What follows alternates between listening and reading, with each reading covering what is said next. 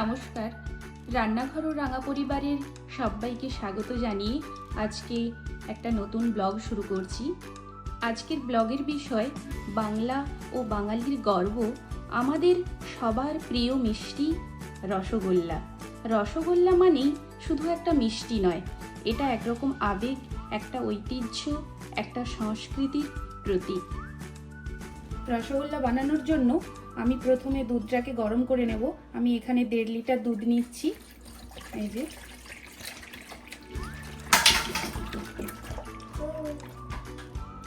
তো দুধটা ততক্ষণ ফুটতে থাকুক, ফুটে গেলে আমি ভিনিগার দিয়ে ছানাটা কাটাবো। এই দেখুন দুধটা আমার ফুটে গেছে, এবার আমি গ্যাসটা অফ করলাম। এবার আমি ছানা কাটবো। তো আমি এখানে দেখুন 6 চামচ ভিনিগার আর 6 চামচ জল নিয়েছি। তো এটা মিক্স করে নিয়েছি। এবার আমি আস্তে আস্তে এই দুধের মধ্যে দেব। প্রথমে অল্প অল্প করে দিতে হবে, একসাথে দেওয়া যাবে না।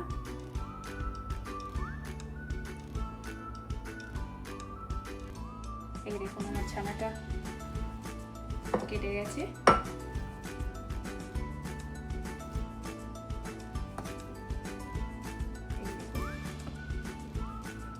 চলুন এবার এই ছানাটাকে আমি নামিয়ে একটা সাদা কাপড়ের মধ্যে প্রথমে ভালো করে ধুয়ে নেব।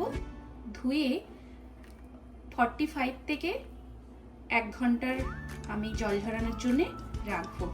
তারপর রসগোল্লা বানাবো। রসগোল্লা বানানোর জন্য প্রথমে একটা শিরা বানাতে হবে, পাতলা শিরা।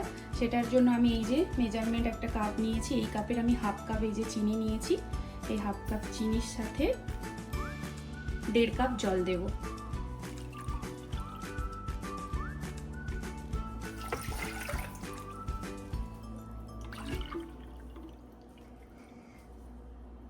প্রায় 2 কাপের মতোই দিলাম।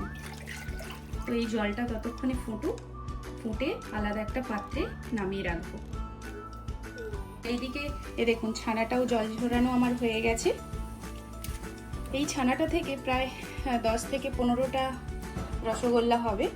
চলুন এবার তার রসগোল্লা বানানোর জন্য এবার আমি মূল যেটা উপকরণ রসগোল্লা বানানোর, এই যে আমি 1 কাপ চিনি নিয়েছি। 1 কাপ চিনির সাথে আমি 3 কাপ জল দেব।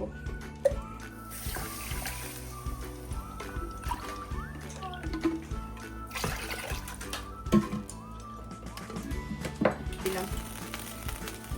এদিকে জলটা ফুটুক আর আমি এদিকে এবার ছানাটা মাখবো। এদিকে শিরাটাও ফুটে গেছে আর এদিকে আমার ছানাটাও প্রায় 10 থেকে আমি 15 মিনিট ছানাটা মাখিয়েছি। ভালো করে ছানা মাখতে হবে, না হলে কিন্তু ছানার বল ভেঙে যেতে পারে। আর এর সাথে আমি 1 চামচ কর্নফ্লাওয়ার দিচ্ছি।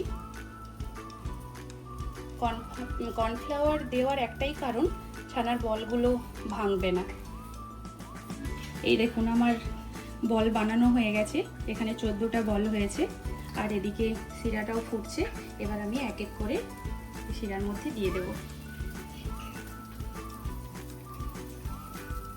গ্যাসের ফ্লেম লো টু মিডিয়ামে রাখতে হবে।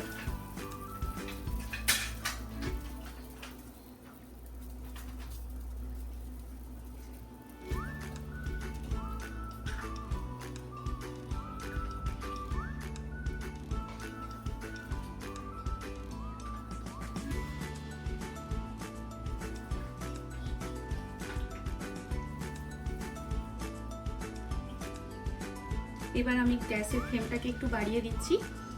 প্রথমে হাই ফ্লেমে 10 মিনিট ফুটতে দিতে হবে। তো এখানে 10 মিনিট ফোটো, আমি এখানে ঢাকা দিয়ে দিচ্ছি। এই দেখুন রসগোল্লাটা ফুটছে রসে। আর ততক্ষণে এই রসগোল্লার ইতিহাস সম্বন্ধে আমি একটু আপনাদের কাছে তুলে ধরি। ওড়িশার পুরীতে শতাব্দীর পর শতাব্দী ধরে ক্ষীরমোহনা নামে এক ধরনের মিষ্টি, যেটা কিনা ভগবান জগন্নাথের মন্দিরে নিবেদন করা হতো। অনেকে আবার সেটাকে বলেন সেটাই নাকি আধুনিক রসগোল্লার পূর্বসূরি। আবার 1868 সালে কলকাতার নবীনচন্দ্র দাস তৈরি করলেন ছানার গোল বল, যেটা কিনা ফুটন্ত চিনি জলে দিয়ে তিনি বানালেন আজকের স্পঞ্জি রসগোল্লা। তারপর থেকে রসগোল্লা ছড়িয়ে পড়ল গোটা বাংলায়, পরে সারা ভারতবর্ষে। এই রসগোল্লাকেই নিয়ে বাংলা আর ওড়িশা জড়িয়ে পড়ে এক মিষ্টি যুদ্ধে। ইতিহাসে ভূমি সম্পদ এমনকি নারীকে কেন্দ্র করে নানা যুদ্ধ হয়েছে। সেসব যুদ্ধের গল্প মর্মান্তিক, তবে এই যুদ্ধের গল্পটা মিষ্টি, কারণ যুদ্ধটা যে বাঙালির একদম নয়নের মণি রসগোল্লাকে নিয়ে। আমার আর আপনার ঘরের জিনিসকে আরেকজন যদি তারও ঘরের জিনিস মনে করে, ব্যাপারটা কেমন হয়ে দাঁড়ায় বলুন তো দেখি। অবশেষে 2017 সালে ওড়িশা পায় রসগোল্লার একটা ল কেটে রসগোল্লার জিআই ট্যাগ, আর 2018 সালে পশ্চিমবঙ্গ পায় বাংলার রসগোল্লার জিআই ট্যাগ। চলুন, রসগোল্লাটা আমার হয়ে গেছে, এবার আমি এক এক করে নামিয়ে রাখবো। প্রথমে যেটা আমি পাতলা একটা শিরা বানিয়েছিলাম, তার মধ্যে আমি এক এক করে রসগোল্লাগুলো উঠিয়ে রাখবো। দেখুন কেমন দেখতে হয়েছে, আপনারাই কিন্তু বলবেন।